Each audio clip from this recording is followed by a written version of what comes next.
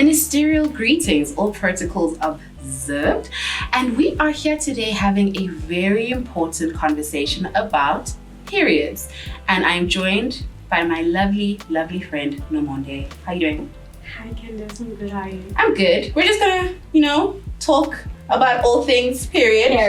Yeah, tell me about your first period. When did you start? Hey, why did you go? Like it's serious business. Hey, it's not serious business. I mean, it should be, but Yeah. When did you start? To be honest, I don't remember. Okay, what do you mean? Like, I don't remember how old I was, which grade I was in. Yeah. But I remember how awkward it was. So I was in the bus going back home from school. Mm-hmm. And obviously everyone's like guys, why are most of the things happening in the bus going back home? Like, that bus was just so problematic. Yeah. But anyways, in that bus, I'm like, I feel so uncomfortable. What is going on? Were you feeling like something? Like what sensation? Yeah, I was feeling very weight and also just weird pains. Yeah. So I get home and I realize that there's blood and stuff. So I'm like, okay. Knowing me, I'm a medically expensive child. Okay. So I'm like, probably not something that needs to be removed from my body. I'm sick, I'm gonna be admitted. So my mom comes back, I'm like, we have one more problem in my life. This just happened. And my mom was like, girl, you just got your period. That's what it is. That's what it is. Okay. And it was so weird because, we learned about it in school. But now that the time period is here, I'm all of a sudden blind. Like, I don't know a thing. And but I think the funniest thing to date is what my mom said after giving me my pads. Obviously, I wish there was education on how to choose the pad brand that I want to use and was comfortable, but I just got what my mom gave me. Yeah. And then my mom says to me, from now on, you don't play with boys. Girl, it's so weird. Everything you're saying is sort of similar to the period experience that I had because I started at 10. And also, it's coming back, school transport. Yeah. But I remember I was just like, I feel like I've eaten a lot of candy today because my tummy was just not agreeing. Yeah. So I was just drinking a lot of water. Naturally, that meant I needed to go to the bathroom. Yeah. I swear, as soon as I looked at my underwear and I saw that blood, I was like, "There's no way." I actually was just like, "I'm definitely dying. This is it. Jesus is calling me. It was time." nice over here. Yeah, no, it's good. And I think what was so scary is at that moment because no one spoke to me about it. No one, even at school, we didn't have a conversation. Jeez. I just literally was taking I took as much toilet paper as possible, put it in my underwear, and I went into my bedroom and then I was just waiting for my mom to come back. And same thing like you, my mom had the conversation with me. She was just telling me this is what's happening, this is a pad. But then again, it was just don't let anyone know. No one should know. Oh man. So in my head I'm thinking, is this? And that's where I shame conversation just kind of exactly.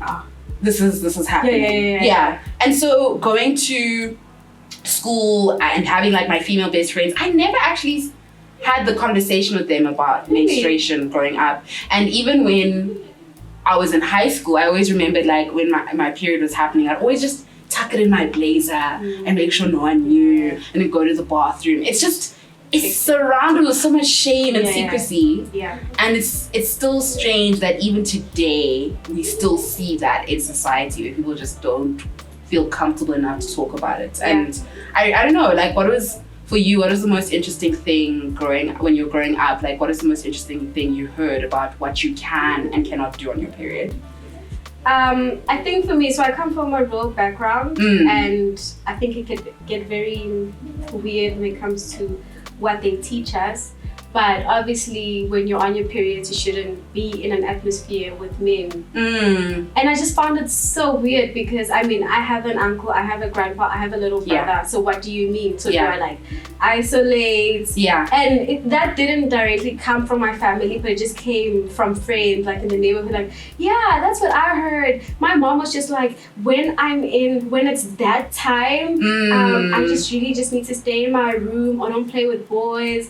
I'm just but where is that coming from? What do you even mean? And my thing is, who are we protecting? I'm trying to understand, is it we're trying to protect boys from not realizing menstruation? And it's also is there a period detector? If I'm within 15 centimeters of the boy, you'll be red alert. It's not you can't detect, right? I think that was also an interesting thing for me of you have to stay away. But why? Who are we afraid of? And maybe there should have been that explanation. Instead of saying stay away from boys or isolate yourself from boys when it's that time of the month. Yeah. Take me through it. Take me through your fears. What are you now understanding about my body and my coming of, age that makes you say, avoid boys in your life. Say it as it is. Say that, it's because this, it means this. And if you do this, be blunt, because now I'm carrying this misconception around. I'm carrying your fears actually around the world, and I'm uneducated about it.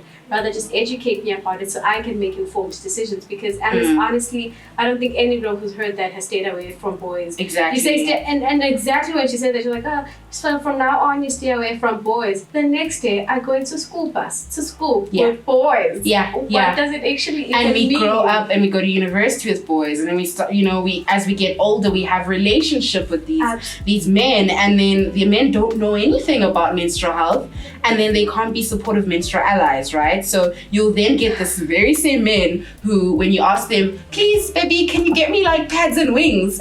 He'll literally buy pads and chicken wings.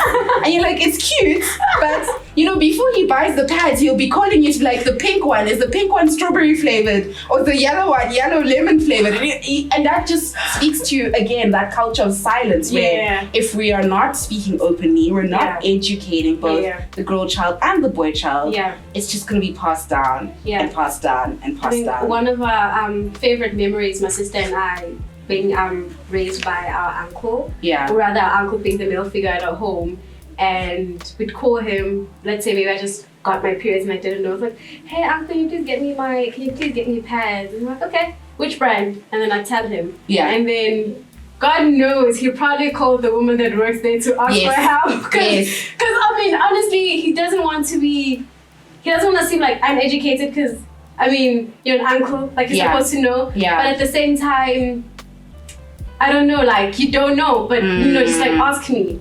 And every time he'd come like with different brands, there's no consistency. This brand, whatever he picks first, whatever works, but still it's just a matter of, you are gonna go to that section and take pads. You're not gonna be like, I'm a man, I don't do that. Why don't you come to town and buy pads for yourself? It's just like the agency's like, okay, I'll get you pads, whatever. Exactly. And now he's a dad to a girl child, and I'm like, yes, well-informed, educated, trained man. That's exactly what we need. I mean, for me, when I was growing up, I always, outside of just the fear of people knowing, I also struggled with just like the relationship I had with my body. And I think what people tend to forget is that there's also a mental health aspect towards menstruating. Like, yes, there's the connection, your hormones are fluctuating.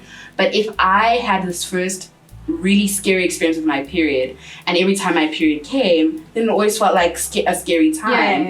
And so I think like, I wish a lot of I just wish society in general would just have like the sentiment you said towards that dad, like being normal, being empowered, speaking openly, so that society can just have this period-friendly world. Honestly, What for you? Like, what do you think? What would an ideal period-friendly world look like for you? Like, I think there's still this shame that comes with carrying pads, like sanitary pads. So, and it also comes with buying them, and then there's like a male guy at the till, and you put them in front, like, okay, I'm a bit scared. Like, you did nothing wrong, honey. You just have your periods, and you should embrace that and carry it around with dignity.